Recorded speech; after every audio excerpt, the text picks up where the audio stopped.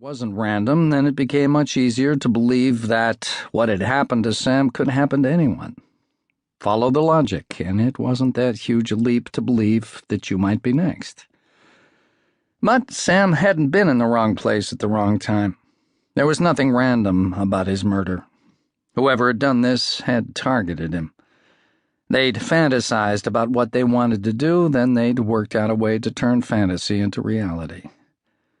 Most importantly, they'd looked long and hard at how they could burn Sam up and get away with it. That last detail was crucial. Getting away with it. That's what separates the amateurs from the pros. Committing a crime is relatively easy. Any fool can do that. Committing a crime and getting away with it, now that's tough. So far, the plan was working just fine. Sam was dead, and the guy responsible was out there somewhere, free to go on living his life as though nothing had ever happened. Right now, he was probably enjoying a celebratory breakfast in a diner somewhere.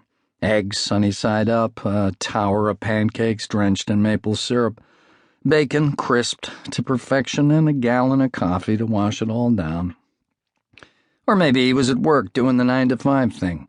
Handshakes and back slaps and a post-mortem of last night's ball game around the water cooler. A game he hadn't seen because he'd been busy elsewhere. A game whose details he'd picked up from the sports pages. Until the email dropped into my inbox 10 minutes ago, I'd never heard of Sam Galloway. Now all I could think about was Sam and what had happened to him and who might be responsible, particularly that last one.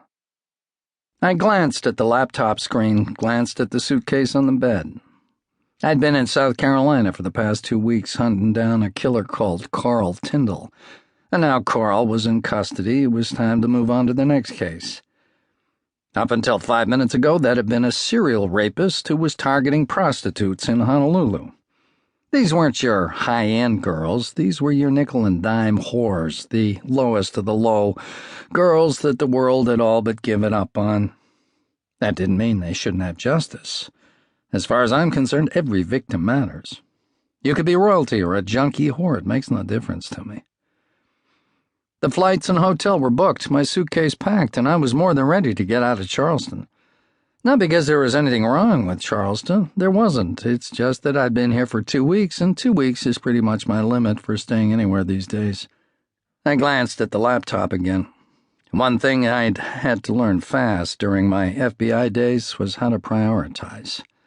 Resources were always stretched to breaking point because there were too many bad guys out there. The latest victim had just been found in Hawaii, so time was on our side there. It would be a while before that guy struck again. But with this Sam Galloway thing, the clock was ticking loud and fast. The way I figured it, I could postpone going to Hawaii for a few days, and it wouldn't make that much of a difference to what was happening over there. The email had come from Sheriff Peter Forche of the Dayton Parish Sheriff's Department, down in Eagle Creek, Louisiana. I'd never heard of Dayton or Eagle Creek or Sheriff Forche, which wasn't surprising, considering the U.S. has a land mass of 3.8 million square miles and a population in the region of 1/3 billion. The video clip attached to the email was interesting because I rarely got to see killers at work. Usually, all I saw was the end result. Sometimes there was a corpse, sometimes not. Sometimes there wasn't even a crime scene. During my time with the FBI, I'd interviewed dozens of serial criminals, so I had plenty of first-hand accounts stored away, albeit biased ones. But it didn't matter how fresh the body was or how detailed the account, there was no substitute for witnessing something with your own 2 eyes, even if you were only witnessing it through the lens of someone else's camera. This guy wasn't the first killer to film his work, and he wouldn't be the last. However, this was the exception rather than the rule. It's common knowledge that serial killers often keep trophies to fuel their fantasies, but these tended to be obscure, innocent-looking mementos that hold significance only for the killer. An article of clothing, a lock of hair, maybe an earring. Filming was rare because it was risky. If the wrong person saw it, how the hell did you explain that one away? I played the film clip a second time. The picture quality was good, sharp, and defined.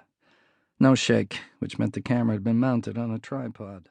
To keep listening to this audiobook, I've left you a link in the description so you can do it at no cost thanks to Audible's 30-day free trial.